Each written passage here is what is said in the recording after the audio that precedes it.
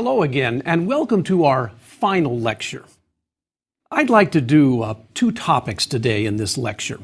I'd like to begin with a promised topic of how GPS systems work, the so-called global positioning system.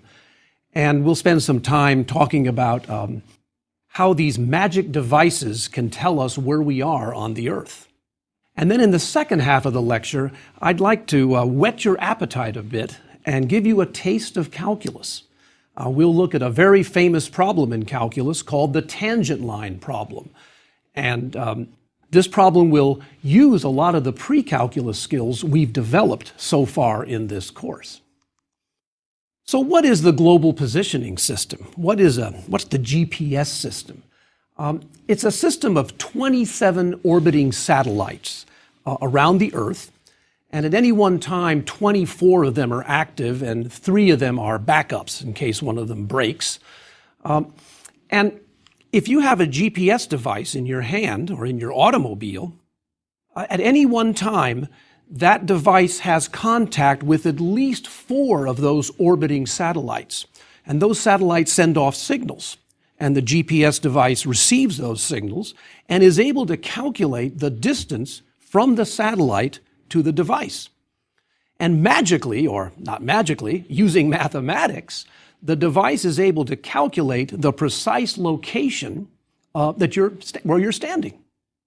So it's an amazing use of mathematics and these 4 satellites that allows this device to pinpoint your location on Earth. Let's see how it works. I'd like to try to explain how this GPS system works. First of all, it's really hard to describe in 3 dimensions. We're talking now about satellites, and we're talking about distances in what we call 3 space, 3 dimensions. And that makes the explanation quite difficult. The mathematics gets even worse. But it's possible to show the heart of the issues, the core ideas, within the plane, within 2 space. And so what I'd like to do is simplify the problem and consider a planar GPS device. In other words, we can imagine, let me be more specific. Imagine there's a satellite in Atlanta, Georgia, and it's sending out signals all around itself in Atlanta, Georgia. And I have a GPS device, and it tells me that I'm 500 kilometers from Atlanta. So my device can measure that distance to Atlanta, Georgia. And the device will say, oh, he's 500 kilometers from Atlanta. So where am I at that moment? Well, I think you can see that I'm somewhere on a circle of radius 500 kilometers around the center, Atlanta.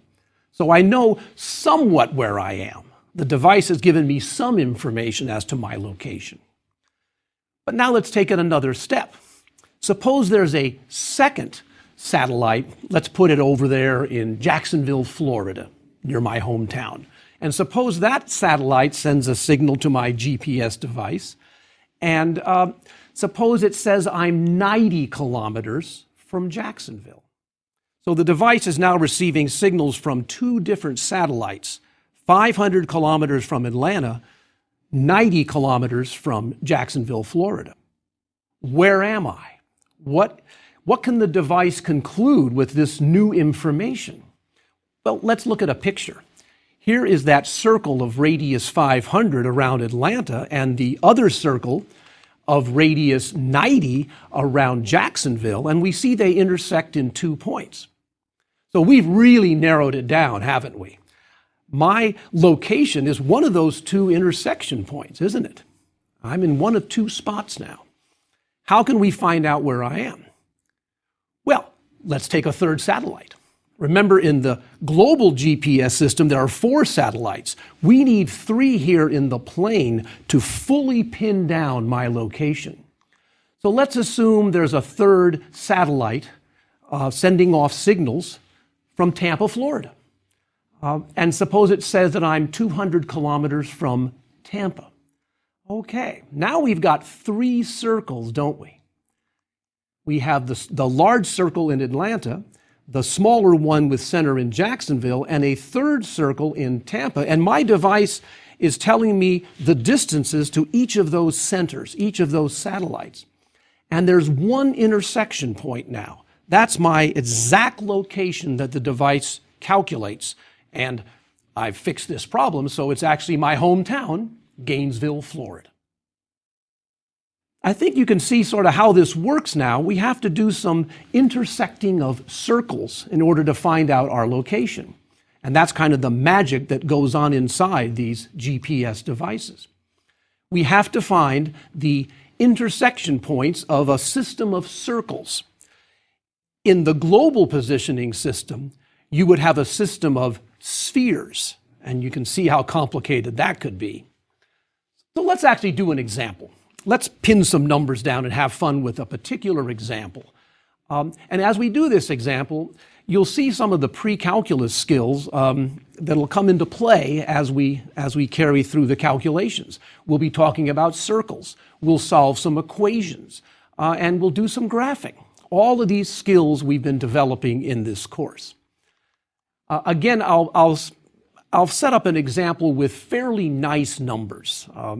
In real life mathematics, in real applied mathematics, the numbers generally aren't very nice. They aren't integers necessarily, but let's simplify things because our goal here is to understand the idea, not to be drowned by some ugly numbers. So let's suppose we have 3 satellites. One of them will be located at the origin at 0, 0. The second one will be at 8, 0. And the third one will be at the point -2, 5. So we have satellites A, B, and C located at 3 points in the plane. And what's going to happen is, in this example, suppose I have my receiver here, and it says that I'm 5 miles from receiver A. Receiver A was at the origin. So again, what does that say about my location if I'm 5 miles from receiver A? Right, I'm on the circle of radius 5 and center the origin. So I'm a ordered pair xy satisfying the equation x squared plus y squared equals 25. We sort of know where I am, don't we? We know I'm on that circle.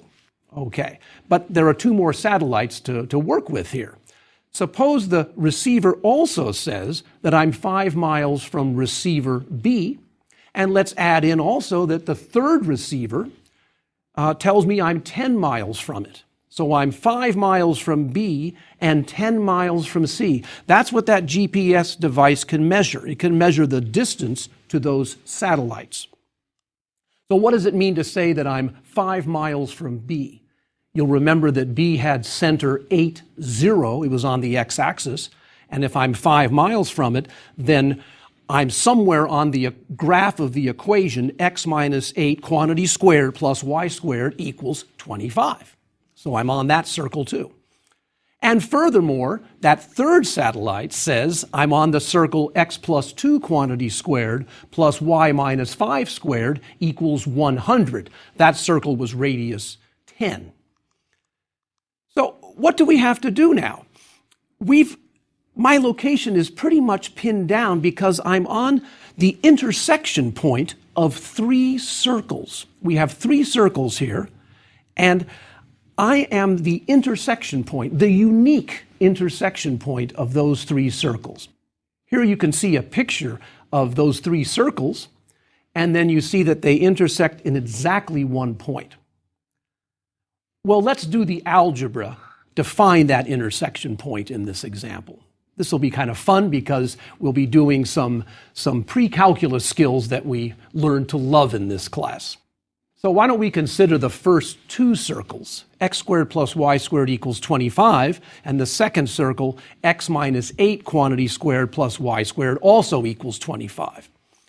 Is there anything we can do with these 2 equations to eliminate a variable?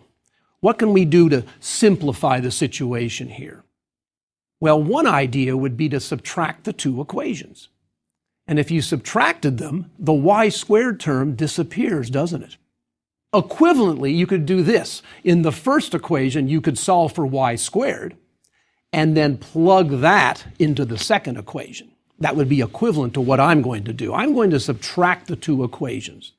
So here we go. When I subtract the left-hand side, it's x squared plus y squared, and I subtract off x minus 8 squared plus y squared. The y squared terms die off, and I'm left with x squared minus the quantity x minus 8 quantity squared. What happens to the right-hand side? Pretty nice. 25 minus 25, 0. So I've boiled this down using the first two equations to a single equation involving x. Let's find out what x is. So we have x squared minus 8 minus x squared. Let me expand that. And we have x squared minus the quantity, x squared minus 16x plus 64, and all of that equals 0. Something nice happens here. The x squared terms cancel, and I'm left with 16x minus 64 equals 0, or x equals 4. If you solve that for x, you get x equals 4. So now I know my x coordinate of my location. What about the y coordinate? I want to know my precise location. Well, take this x value and put it back into either of those two equations we started with. If I put it into the first equation, for instance, instead of x squared, I would have 4 squared. So that's 16 plus y squared equals 25. That means 25 minus 16 is y squared. So y is equal to the square root of 9. You have to be careful here. It's really plus or minus the square root of 9. There are two solutions here, unfortunately. So y could be 3 or minus 3. You might recall back when we were doing some of these pictures, when we had the two circles, remember that there were two intersection points. Well, this is what's happening here. I'm either at the point 4, 3 or at the point 4 minus 3. I'm not sure which one. We've narrowed it down to 2 points. But we haven't used the third circle yet, have we? Let's bring that into play. The third circle was x plus 2 quantity squared plus y minus 5 squared equals 100. And I know the x value, don't I? Let's plug that in. So I get 4 plus 2 squared, which of course is 6 squared, plus y minus 5 squared equals 100. 6 squared is 36. 100 minus 36 is 64. So I have a simpler equation, y minus 5 all squared equals 64. Let's solve that equation.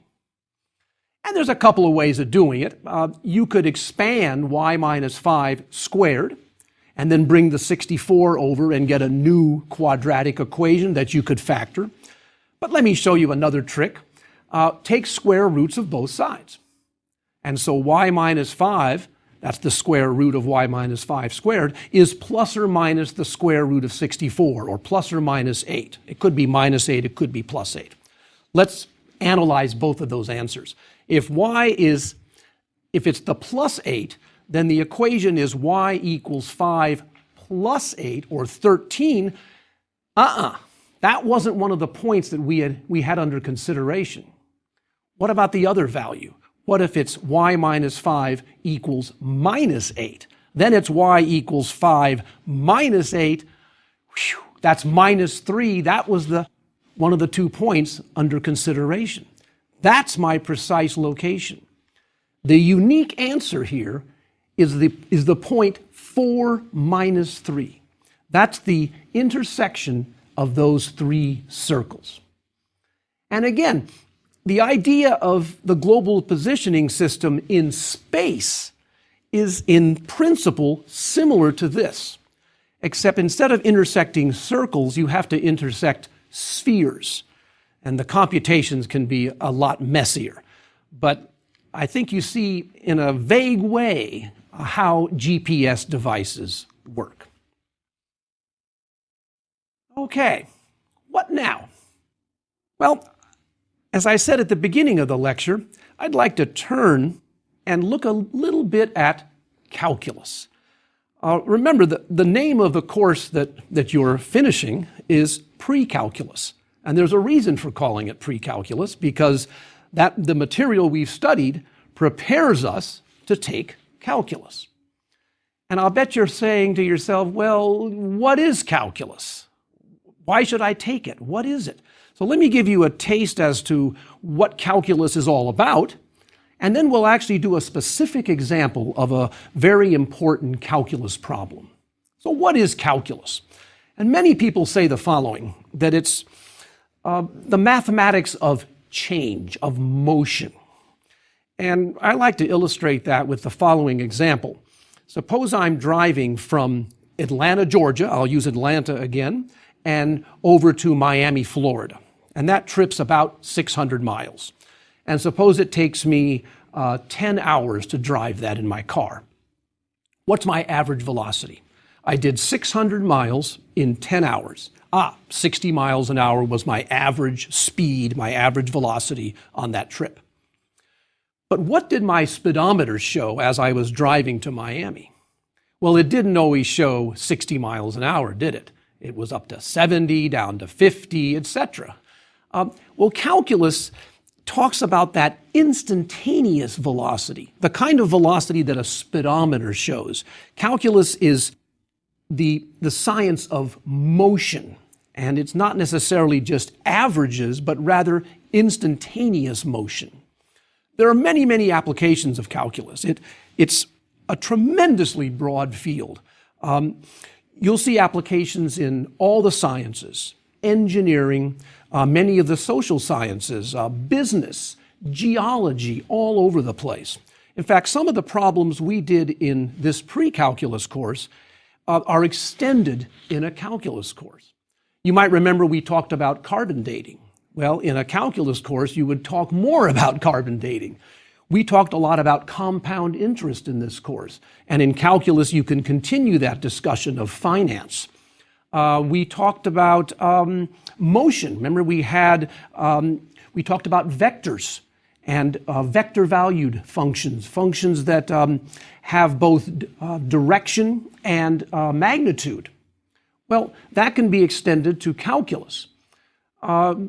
We talked about finding, say, areas and volumes. And in calculus, you're able to calculate areas and volumes of quite complicated regions or complicated solids, unlike the simple examples we can do in a pre-calculus class.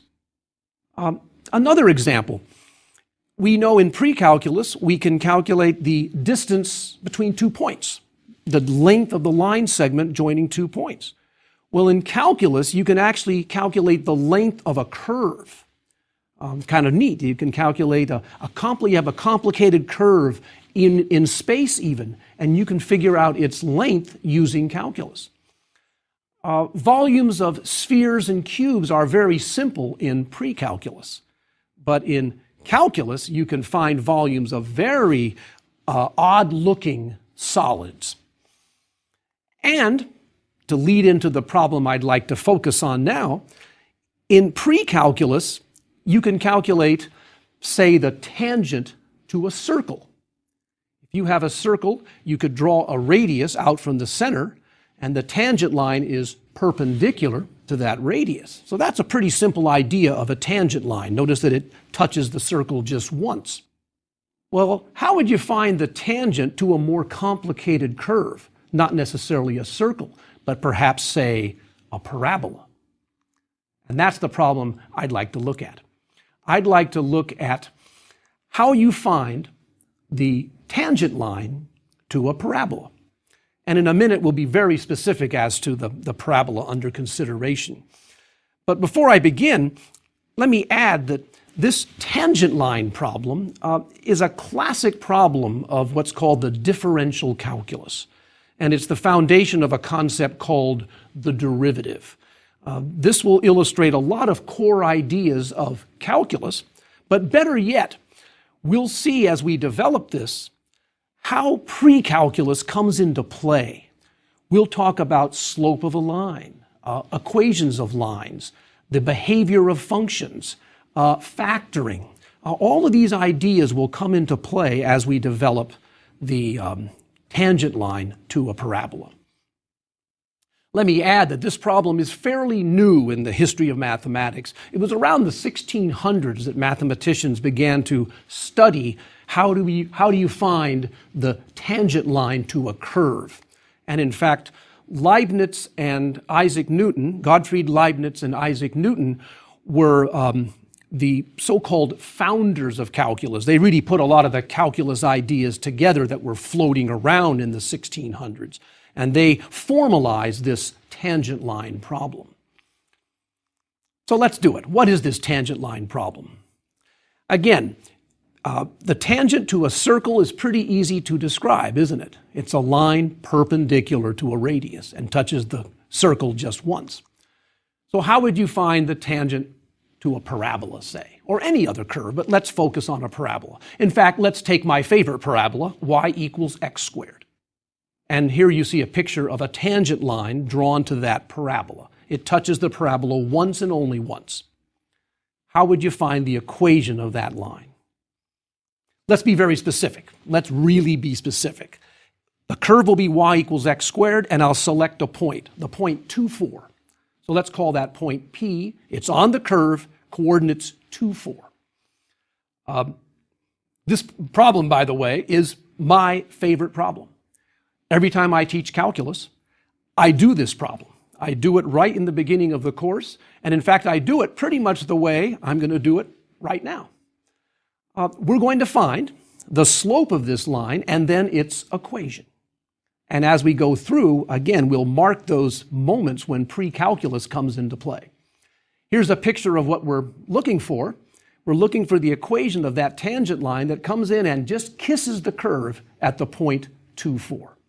How could we do that? Well, I'm going to step back and review a pre-calculus topic, slope. What's the slope joining 2 points? Let's remember that's the change in y over the change in x. And for a specific example, let's take the point 3, 9 and the point 2, 4, our point P. What's the slope joining those 2 points, P and Q? Well, it's the difference in the y values divided by the difference in the x values. So it's 9 minus 4 over 3 minus 2 equals 5 over 1, or 5. So that's the slope joining 2 points. But our problem's slightly more complicated. We have the point 2, 4, and I'd like to find the slope joining of the line segment joining that point with another point on the curve. So let's call that other point Q. And what would its coordinates be?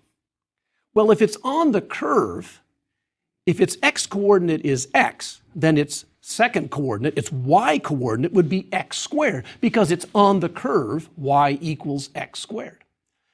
So what's the slope of the line segment joining P with coordinates 2, 4, and Q with coordinates x, x squared? Well, it's the same concept, change in y divided by change in x. Here we go. The y values are x squared minus 4, and the x values are x minus 2. So that would be the slope of the line joining P and Q. For instance, you could plug in an x value here. If x is 3, what do you get? 9 minus 4, 3 squared is 9. 9 minus 4 divided by 3 minus 2, 5 over 1, or 5. That, by the way, was the previous example we looked at.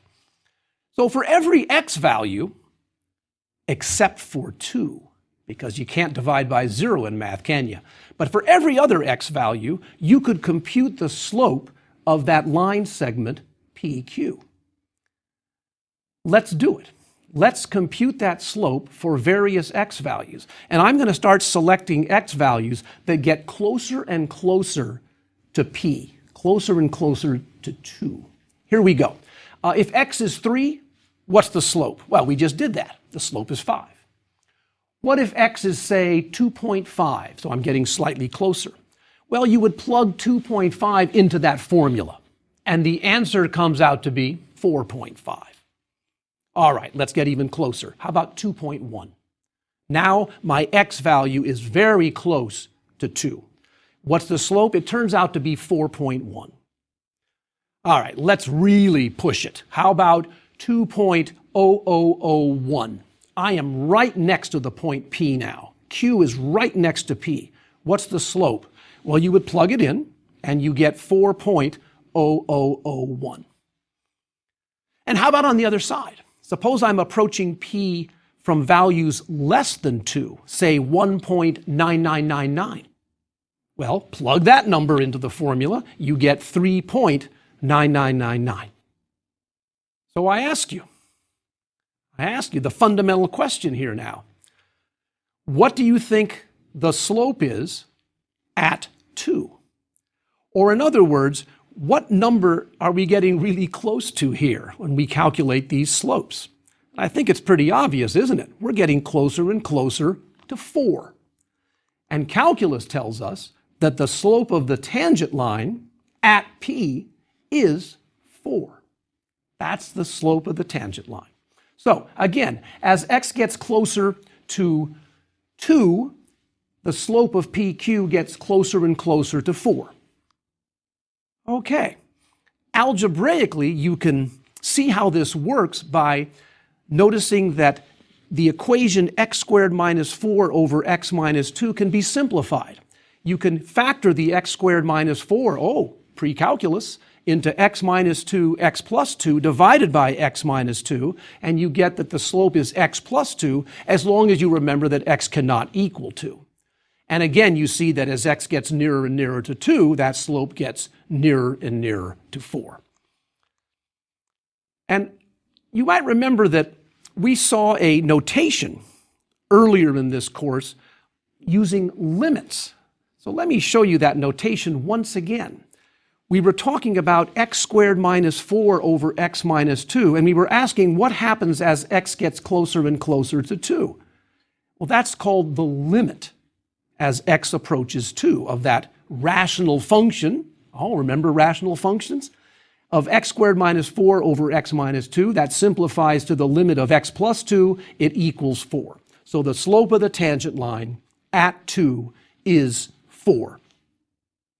And by the way, we just calculated something called the derivative. The derivative of the function x squared at x equals 2 is 4. Kind of nice, wasn't it?